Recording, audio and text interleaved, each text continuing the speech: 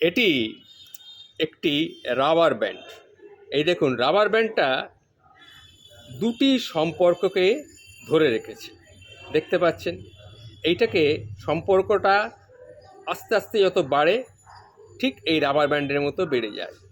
এইবার এই দুজনের সম্পর্কের মধ্যে যদি সামান্যতম চিড় ধরে, অর্থাৎ এইটা যদি সম্পর্কটাকে ছেড়ে দেয়, তাহলে এর লাগবে, এ ছেড়ে দিলে এর লাগবে। ঠিক সেই রকম যদি সম্পর্কটা ছেড়ে দেবে, অর্থাৎ এ যদি ছেড়ে দেয়, তাহলে এর লাগবে কি, তাই তো?